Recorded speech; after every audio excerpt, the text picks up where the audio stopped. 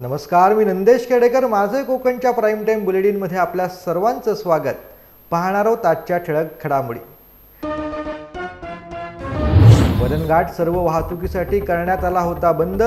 रायगड जिल्हाधिकारी यांनी काढले होते आदेश. मात्र वरणघाट फक्त कागदोपत्री बंद, प्रत्यक्षात वरणघाटातून वाहतूक मात्र सुरू. रत्नागिरी सिंधुदुर्ग जिल्ह्यातील मच्छीमारांच्या जागा त्यांच्या नावावरती केव्हा होणार? अद्यापही सर्वे सुद्धा नाही. विधानसभेत आमदार भास्कर जाधव यांनी उपस्थित केला प्रश्न. डीएड बेरोजगार संघर्ष समिती सिंधुदुर्ग आक्रमक. जिल्हा परिषदेच्या समोर छेडला आंदोलन. 15 मार्च 2024चा शासन निर्णय रद्द करा व स्थानिक शिक्षक भरतीत 80% प्राधान्य द्या, आंदोलनकर्त्यांची मागणी. आणि शिवप्रेमींसाठी आणि पर्यटकांसाठी आनंदाची बातमी. किल्ले रायगड पर्यटकांसाठी खुला. किल्ले रायगडावरील रोपवे आजपासून सुरू. पाहूया सविस्तर वृत्त. महाप्रळ पंढरपूर मार्ग हा पुणे जिल्ह्याला जोडणारा जवळचा मार्ग असल्याने गेली अनेक वर्षांपासून या मार्गावरून वाहतूक सुरू आहे. हा घाट अरुंद असल्याने यापूर्वी अनेक अपघात देखील झालेले आहेत. सार्वजनिक बांधकाम विभागाच्या ताब्यातील हा रस्ता आता महामार्ग बांधकाम विभागाच्या माध्यमातून रुंदीकरण होतोय. या रुंदीकरणासाठी करोडो रुपये मंजूर देखील झाले आहेत. मात्र गेली 2 वर्षांपासून महाप्रळपासून सुरू असलेला रस्ता अद्याप महाडपर्यंत पूर्ण झालेला नाही. संत गतीने सुरू असलेल्या या कामामुळे नागरिकांचे प्रचंड हाल देखील झाले. सन 2021च्या अतिवृष्टीमध्ये माझेरी पारमाची या दरम्यान घाट जागोजागी खचला होता, तर अनेक ठिकाणी भूस्खलन झाल्याने रस्ता बंद होता. त्यानंतर करोड रुपयांच्या भिंती उभारून हा मार्ग सुरू करण्यात आला. परंतु जिल्हाधिकारी किसन जावळे यांनी 1 महिन्यापूर्वी रस्त्याच्या कामाकरता हा घाट बंद राहील असा आदेश दिला होता. मात्र प्रत्यक्षात घाट आजही सुरूच आहे. महत्त्वाचं म्हणजे महाप्रळ भोर पंढरपूर या रस्त्यावरती धोकादायक स्थिती आहे. मात्र महामार्ग बांधकाम विभागाचे अधिकारी कार्यालयातील थंडगार एसी मध्ये बसण्यात धन्यता मानतायत. कागदपत्री हा घाट बंद असला तरी प्रत्यक्षात मात्र वाहनांची ये जा सुरूच आहे. त्यामुळे वाहन चालक आणि प्रवाशांचा जीव सध्या धोक्यात येऊ शकतो. 11 जागांसाठी होणाऱ्या विधान परिषद निवडणुकीसाठी प्रत्येक पक्ष जोरदार कामाला लागला असल्याचं चित्र सध्या पाहायला मिळत आहे. विधान परिषद निवडणुकीच्या पार्श्वभूमीवरती आमदारांची हॉटेलवारी सध्या सुरू झालेली आहे. एकीकडे भाजपने आपल्या आमदारांसाठी हॉटेल ताज प्रेसिडेंट बुक केलं आहे, तर मुख्यमंत्री एकनाथ शिंदेंच्या शिवसेनेने आपल्या आमदारांसाठी ताज लँड हे हॉटेल बुक केलेलं आहे. तर ठाकरेंनी आपल्या आणखी आमदार फुटू नयेत याची खबरदारी म्हणून आपल्या आमदारांसाठी ITC ग्रँड हे हॉटेल सध्या बुक केलं आहे. कोकणातील मच्छीमार कुटुंबांच्या घराखालील जमिनी त्यांच्या नावावरती होण्यासाठी उपग्रहाद्वारेच म्हणजे सॅटेलाईटद्वारे सर्वे सुरू झाला. पण रत्नागिरी सिंधुदुर्ग जिल्ह्यात मच्छीमारांच्या जागा त्यांच्या नावावरती कधी होणार असा प्रश्न आज विधानसभेत आमदार भास्कर जाधव यांनी मांडलेला आहे आणि संबंधित खात्याच्या मंत्र्यांकडून उत्तर देखील मिळवलंय. पाहूयात नेमकं काय घडलंय. सन्माननीय अध्यक्ष महोदय, हा प्रश्न सन्मान्य सदस्यांनी केवळ वर्सोवा कोळीवाड्यातील सीमांकनाचा प्रश्न आणलाय. मुंबई पुरेसा का उपनगरा पुरेसा? परंतु अध्यक्ष महोदय, मंत्री महोदयांना मी एक सांगतो की मंत्री महोदय, हा संपूर्णपणे समुद्र किनारा आणि हा कोळीवाडे आणि खारवी समाज हा कोकणातच आहे, कारण कोकणाला 720 किलोमीटरचा समुद्र किनारा आहे. अध्यक्ष महोदय, ते कोकण म्हणजे समुद्र किनारी राहणारे जे मच्छीमार बांधव आहेत, केवळ मी खारवी म्हणत नाही, मच्छीमार बांधव आहेत, ते ज्या ठिकाणी वर्षानुवर्षे पिढ्यान पिढ्या राहतात त्या जागेची मालकी ही त्यांची नाहीये, ते सरकारी गावठाण म्हणून आहे. त्यांच्याकडून फक्त आपण कर, प्रॉपर्टी कर किंवा घरपट्टी वगैरे वसूल करतो. आणि मध्यंतरी मागच्या सरकारने एक निर्णय केला होता की संपूर्ण सॅटेलाइट सर्वे करून त्यांच्या जागा त्यांच्या नावावर करण्याचा निर्णय हा सरकारने घेतलेला आहे. हा निर्णय 24 जून 2018-19च्या दरम्यान तो घेतला. त्यातले फक्त मुंबईपर्यंत, ठाण्यापर्यंत, रायगडपर्यंतच त्यांच्या नावावर जागा झाल्या आहेत. मंत्री महोदय, माझी विनंती आहे की रत्नागिरी आणि सिंधुदुर्ग हे 2 जिल्हे फक्त शिल्लक राहिलेले आहेत. मागच्या जुलै महिन्यापर्यंत त्यांचं सॅटेलाइट सर्वे पूर्ण होणार होतं. आता जरी आपल्याकडे माहिती नसेल तरी ते झालेलं नाही. आपण ते झालं असेल तर माहिती द्या, नसेल तर ते तात्काळ करून देण्याचे आदेश द्याल का आणि त्यांना त्यांची जागा त्यांच्या नावावर करून द्याल का? आमच्या रत्नागिरी जिल्ह्यात हातपाटीनं वाळू चोरली जायची. आम्ही कधीही सक्शन पंपाला परवानगी देखील दिली नव्हती. गेले 3 ते 4 वर्षांपासून मात्र आमच्या रत्नागिरी जिल्ह्यात मोठ्या प्रमाणावरती सक्शन पंपाद्वारे वाळू काढली जाते. कलेक्टर, पोलीस देखील या गोष्टींकडे लक्ष देत नाहीत.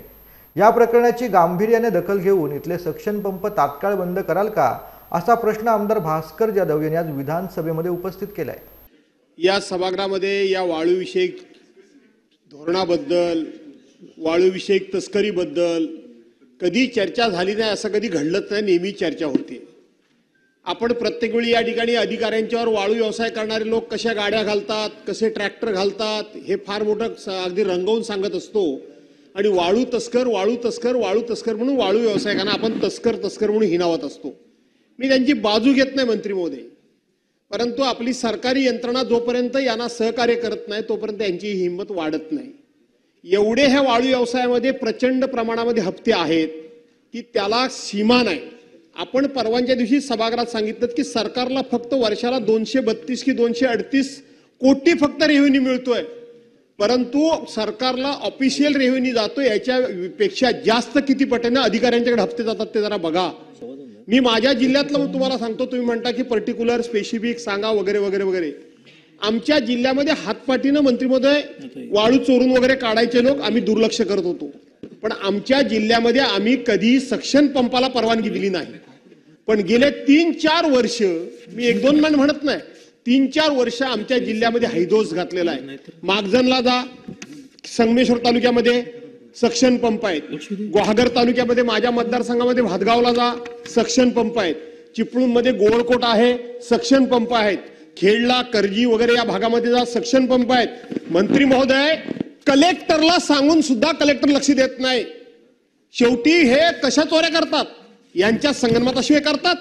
पोलिसांनी तर आता हे उद्योग सुरू केलेले आहेत की कुणी सक्शन पंप लावायचा आणि त्याची वाळू फक्त गाडीनं कशी पास करून द्यायची हे पोलीस काम घ्यायला लागलेत।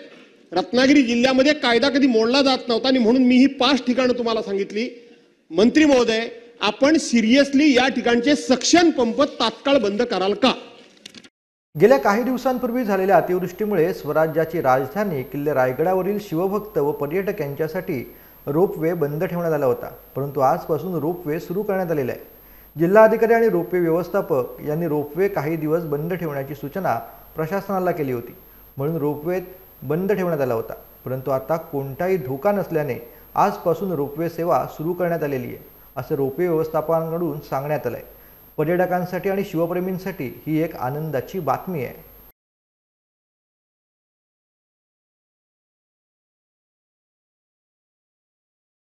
राजापूर तालुक्यातील प्रस्तावित सुपर स्पेशालिटी हॉस्पिटल उभारणीबाबत राज्याचे उद्योगमंत्री नामदार उदय सामंत आणि सिंधुरत्न समृद्ध योजनेचे संचालक किरण उर्फ भैयाशेठ सामंत यांच्या प्रयत्नांना आता यश आलेलं आहे।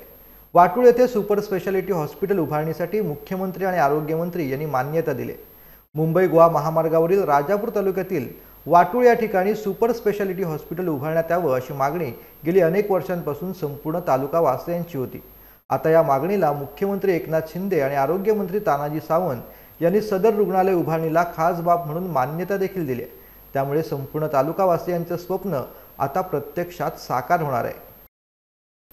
सावकारी लायसन्सचं काम करून देण्यासाठी 50,000 रुपयांची लाच स्वीकारताना सहाय्यक निबंधक सहकारी संस्था तथा सावकारांचे निबंध रत्नागिरी येथील मुख्य कार्यालयातील मुख्य लिपिक विनायक रामचंद्र भोवड यांच्यावरती लाचलुचपत प्रतिबंधक विभाग रत्नागिरीने सापळा रचून त्यांना पकडलाय। लाच रकमेसह एसीबीने या मुख्य लिपिकाला ताब्यात घेतलं असून गुन्हा देखील दाखल करण्याची प्रक्रिया सुरू आहे। तक्रारदार यांनी सावकारी लायसन्सचं काम करून देतो असं सांगून जिल्हा उपनिबंध व स्वतःसाठी 50,000 रुपये लाचेची मागणी सहाय्यक निबंधक सहकारी संस्था तथा सावकारांचे निबंध रत्नागिरी कार्यालयातील मुख्य लिपिक विनायक रामचंद्र भोवड यांनी मागितली। यावेळी लाचलुचपत प्रतिबंधक विभाग रत्नागिरी यांनी लाच रकमेसह त्यांना काही वेळापूर्वी ताब्यात घेतलंय। त्यांच्यावरती गुन्हा दाखल करण्याची प्रक्रिया देखील आता सुरू आहे। पेण तालुक्यात मुंबई गोवा महामार्गावरती चायनीज शॉप, बियर शॉप तसेच काही हॉटेलमध्ये खुलेआम अवैधरित्या दारू विक्री सुरू असल्याने अशा दारू विक्रीला कोणत्या खात्याने मान्यता दिली आहे आणि कोणत्या खात्याकडून अभय मिळत आहे असा प्रश्न सध्या शासन मान्य दारू विक्री करणाऱ्या व्यावसायिकांना पडलेला आहे। महामार्गावरती अवैधरित्या खुलेआम दारू विकली जात असल्याने याचा फटका मान्यताप्राप्त व्यावसायिकांना बसला असल्याने व्यवसायावरती परिणाम होत असल्याचं सध्या सूर येतोय। दारू पिऊन हिट अँड रन अपघाताचं प्रमाण वाढत असतानाही दारू विक्री व्यवसायाकडे संबंधित दारू विभाग तसंच उत्पादन शुल्क विभाग पाहिजे तसे लक्ष देत नसल्याने दिसून येते। केवळ एखाद्या वेळी छोट्या मोठ्या ठिकाणी धाड टाकून कारवाई केली जाते, मात्र पुन्हा नव्याने अवैध दारूधंदे पुन्हा जोमाने सुरू होतात व संबंधित विभागाची तिजोरी भरली जाते। यामुळे शासनमान्य दारू विक्रीवरती ही परिणाम होत असल्याची चर्चा सध्या व्यावसायिकांकडून दबक्या आवाजात सुरू आहे। पेण तालुक्यात महामार्गावरील चायनीज शॉप, बियर शॉप तसेच काही हॉटेलमधून दारू विक्री केली जात आहे। याकडे मात्र संबंधित विभागाचं दुर्लक्ष होत असल्याने महामार्गावरील अवैध दारू विक्री अधिकच सध्या तेजीत सुरू आहे। डीएड बेरोजगार संघर्ष समिती सिंधुदुर्ग यांच्या वतीनं आज जिल्हा परिषद कार्यालयासमोर आंदोलन छेडण्यात आले। स्थानिक शिक्षक भरतीत 80% प्राधान्य द्या, गुणवत्ता मेरिटवरती शिक्षण सेवक म्हणून सरसकट नियुक्ती, सिंधुदुर्ग जिल्हा दुर्गम डोंगरी निकष ओळखून धोरण अंमलात आणणे, 15 मार्च 2024चा शासन निर्णय रद्द करा आदी मागण्या करण्यात आल्या। यावेळी आंदोलनकर्त्यांनी प्रशासनाविरोधात घोषणाबाजी देखील केली आहे। शिक्षणाला बसलोय कारण आमची वयोमर्यादा संपत आली आहे आणि आता होणारी ही शिक्षक भरती आहे ती शेवटचीच भरती आहे, कारण ह्याच्यानंतर शिक्षक भरती होणार नाही आणि होणाऱ्या भरतीमध्ये आमची वयोमर्यादा संपत असल्यामुळे आम्हाला काय तिथे न्याय मिळणार नाही। त्यामुळे आमचा सरकारने विचार करून आम्हाला शिक्षक भरतीमध्ये प्राधान्य द्यावे आणि सरसकट आमच्या ज्या डीएडच्या पदविका आहेत त्या पदविकेच्या मेरिटवरच आम्हाला नियुक्त्या मिळाव्यात अशी आमची सर्वांची मागणी आहे। पूर्वी कोकण निवड मंडळामार्फत स्थानिकांमधून शिक्षक भरती केली जात होती, त्यामुळे इथल्या स्थानिक लोकांना त्या शिक्षक भरतीमध्ये प्राधान्य मिळत होते। पण आता ते कोकण निवड मंडळ रद्द केल्यामुळे राज्यस्तरावरून शिक्षक भरती केली जाते, त्यामुळे कुठेतरी स्थानिकांवरती अन्याय होत आहे आणि त्या अन्यायाविरुद्ध आवाज उठवण्यासाठी आज आम्ही इथे उपोषण छेडलेलं आहे। आणि जोपर्यंत आमच्या स्थानिकांमधून शिक्षक भरती केली जात नाही आणि आमच्या मागण्या पूर्ण होत नाही तोपर्यंत आम्ही हे उपोषण थांबवणार नाही। या ठिकाणी आज आम्ही 11 जुलै 2024 रोजी आंदोलन पुकारलेलं आहे। गेले 2 वर्ष आम्ही या ठिकाणी सतत स्थानिकांना न्याय मिळवण्यासाठी भांडण करत आहोत, परंतु या ठिकाणी न्याय मिळाला नाही। आज परळ जिल्ह्यातील शिक्षक या ठिकाणी 513 शिक्षक रुजू झालेले आहेत। 205 शिक्षकांना नियुक्त्या त्या ठिकाणी वेटिंग लिस्ट आहेत। त्यामुळे आज जर समजा स्थानिकांना जर न्याय मिळाला नाही, आज परळ जिल्ह्यातीलच जर शिक्षक जर इथे रुजू झाले तर आमचा त्या ठिकाणी हक्क नाहीसा होणार आहे। त्यामुळे आज आम्ही त्यासाठी आंदोलन ठेवलेलं आहे। जिल्हाधिकाऱ्यांना त्या ठिकाणी आम्ही निवेदन दिलेलं आहे आणि तशाप्रकारे आमची जी मागणी आहे ती त्यांच्यापर्यंत पोहोचवलेली आहे। विधानसभा निवडणुकीच्या अनुषंगाने सध्या नवी मुंबई शहरात जनसंपर्क कार्यालयाच्या उद्घाटनाचा धडाका सुरू आहे। बेलापूर मतदारसंघात भारतीय जनता पार्टीच्या वतीनं जनसंपर्क कार्यालयाचं उद्घाटन भाजप आमदार गणेश नाईक यांच्या हस्ते करण्यात आले। यावेळी मोठ्या संख्येने भाजप कार्यकर्ते उपस्थित होते। मंदा म्हात्रे यांच्या बालेकिल्ल्यात नवी मुंबई भाजपा जिल्हाध्यक्ष संदीप नाईक यांनी जनसंपर्क कार्यालयाचं उद्घाटन केल्यामुळे येणाऱ्या काळात संदीप नाईक हे बेलापूर मतदारसंघावरती दावा करणार असल्याची चर्चा कार्यकर्त्यांमध्ये रंगली असून आता आमदार मंदा म्हात्रे आणि संदीप नाईक यांच्यात वादाची ठिणगी निर्माण होणार की काय हे पाहणं महत्त्वाचं ठरणार आहे। त्यात भाजपा पक्षश्रेष्ठी कोणाला तिकीट देणार हे देखील सध्या महत्त्वाचं आहे। नवी मुंबई शहर हे अतिशय सुजान आणि जीवनाचा प्रवाह ओळखणाऱ्या जनतेचं शहर आहे असं माझं मत आहे। म्हणजे अन्य शहरामध्ये काय सुजान लोक नाहीत असं माझं म्हणणं नाही, परंतु या संवेदनाशील असलेल्या जनतेला सर्वतोपरी मदत मिळावी म्हणून नवी मुंबईच्या प्रत्येक भागामध्ये जनसामान्यांच्या अडचणी सोडवण्याकरता कार्यालय असावं या उद्देशानं संदीप नाईकांनी हे बेलापूरमध्ये भारतीय जनता पक्षाचं कार्यालय सुरू केलेलं आहे। रत्नागिरी जिल्ह्यात महाराष्ट्र शासनानं जाहीर केलेल्या राज्यमार्ग परिवहन महामंडळाच्या योजनांचा शुभारंभ उद्योगमंत्री तथा रायगड रत्नागिरी जिल्ह्याचे पालकमंत्री उदय सामंत यांच्या उपस्थितीत रत्नागिरी येथील स्वातंत्र्यवीर विनायक दामोदर सावरकर नाट्यगृह या ठिकाणी करण्यात आला। यावेळी रत्नागिरीचा राजा सार्वजनिक गणेश उत्सव मित्रमंडळामार्फत जिल्ह्यातील विद्यार्थ्यांना मोफत देण्यात येणाऱ्या अहिल्याबाई होळकर पाचचे अर्ज आणि ओळखपत्राचे पालकमंत्री उदय सामंत यांच्या हस्ते वितरण देखील करण्यात आले। आज आपल्या रत्नागिरी शहरामध्ये सांगली आणि रत्नागिरी जिल्ह्यामध्ये शहरी वाहतूक सेवा चालू होती। या सेवेमध्ये महिला सन्मान योजना, अमृत ज्येष्ठ नागरिक योजना आणि ज्येष्ठ नागरिक यांच्यामध्ये तिकीट दराची सवलत होती। ती सवलत लागू झालेली नव्हती ग्रामीण सवलतीप्रमाणे। आज आपल्याकडे राज्य शासनाने दिनांक 23 जूनपासून ही सवलत योजनेचा शासन निर्णय घेतला। महामंडळ परिपत्रकानुसार ही सवलत योजना रत्नागिरी व सांगली शहरासाठी आजपासून माननीय पालकमंत्री उदयजी सामंत साहेब यांच्या शुभ हस्ते याचं उद्घाटन करून सर्व महिलांसाठी योजना लागू करण्यात आलेली आहे। महिलांनी योजनेचा पुरेपूर लाभ घ्यावा असे विभागीय आवाहन करतो। दशावतार ही कला प्रत्येकाच्या मनात घर करू नये, या कलेचं आणि कोकणी माणसाचं एक अतूट नातं आहे। मला या कलेचा अभिमान आहे। या कलेसाठी पावसाच्या कालावधीत प्रोत्साहन देणाऱ्या लाजरी क्रिकेट ग्रुपच्या आयोजकांचं कौतुक करावं तेवढं कमी आहे। अशा शब्दात आमदार वैभव नाईक यांनी दशावतारी कलाकार आणि त्यांना प्रोत्साहन देणाऱ्या सर्वांना शाबासकी देत उपस्थितांची मनं जिंकलेत। यावेळी आमदार वैभव नाईक यांनी प्रेक्षकात बसून संयुक्त दशावतारी नाटकाचा आस्वाद घेत दशावतारी कलाकारांना अधिक प्रोत्साहन दिलं। कुडाळ येथील सिद्धिविनायक मंगल कार्यालय, रेल्वे स्टेशन रोड, कुडाळ येथे लाजरी क्रिकेट ग्रुप कुडाळच्या वतीने मान्सून महोत्सवाचं आयोजन करण्यात आलं होतं। या महोत्सवात पहिल्या दिवशी सिंधुदुर्गातील आघाडीच्या दशावतारी कलाकारांचा सहभाग असलेले संयुक्त दशावताराचा महारथी कर्ण हा नाट्यप्रयोग आयोजित करण्यात आला होता।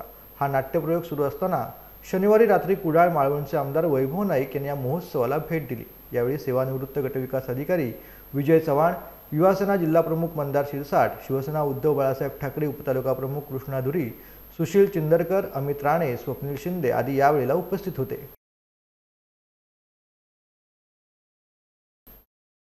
चिपळूणमधून एक सर्वात मोठी बातमी सध्या समोर येते। मुंबई गोवा महामार्गावरील परशुराम घाटात रत्नागिरीच्या दिशेने जाणाऱ्या रासायनिक टँकरचा अपघात झालाय। टँकर मुख्य महामार्गावरून 30 ते 35 फूट दरीच्या दिशेने कोसळलेला आहे। नवीन महामार्गाच्या खालून सर्व्हिस रस्ता आहे, त्या ठिकाणी जाऊन हा टँकर सध्या थांबलाय। सर्व्हिस रोडवरती कोणतेही वाहन नसल्यामुळे सुदैवाने जीवितहानी मात्र झाली नाही। 15 दिवसांपूर्वी देखील अशाच प्रकारे रासायनिक टँकर महामार्गावरती पलटी होऊन तब्बल 7 ते 8 तास महामार्गाची एक लेन बंद ठेवावी लागली होती। दरड कोसळणे, डोंगर खचणे या कारणांमुळे चर्चेत असलेला हा परशुराम घाट आता अपघातांमुळे देखील चर्चेत येतोय। मुंबई पुणे जुन्या महामार्गावरती हाळ गावाजवळ एका दुचाकीला अज्ञात वाहनाने पाठीमागून जोरदार धडक दिल्याने भीषण अपघात झालाय। या अपघातात दुचाकी स्वाराचा जागीच मृत्यू झालाय।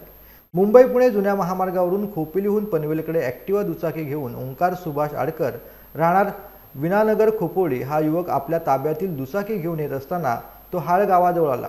दुचाकीला पाठीमागून अज्ञात वाहनानं जोरदार धडक दिल्याने भीषण अपघात झाला। या अपघातात युवकाच्या डोक्याला गंभीर दुखापत होऊन त्याचा जागीच मृत्यू झालाय। तर अज्ञात वाहन अपघात करून पळून गेले असल्याची माहिती मिळते। सदर युवकाचा मृतदेह खालापूर प्राथमिक आरोग्य केंद्रात सध्या पाठवण्यात आलेला आहे। आता वेळ झाली माझे कोकणच्या प्राईम टाइम बुलेटिनमध्ये इथंच थांबण्याची। मात्र तुम्ही कुठेही जाऊ नका, पाहत राहा फक्त माझे कोकण।